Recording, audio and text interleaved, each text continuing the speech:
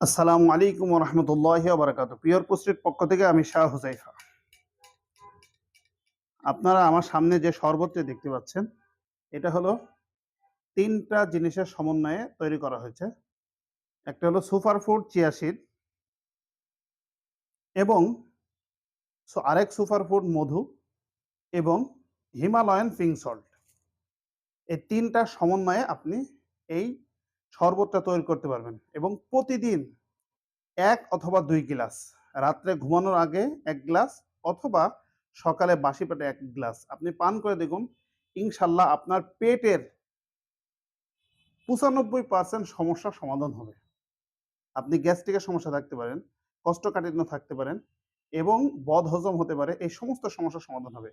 তো আপনি ১ গ্লাস পানিতে ২-৩ চামচ চিয়া সিড, একটু পিঙ্ক সল্ট দিয়ে শরবতটা, একটু মধু দিয়ে শরবতটা পান করে নিবেন। ধন্যবাদ।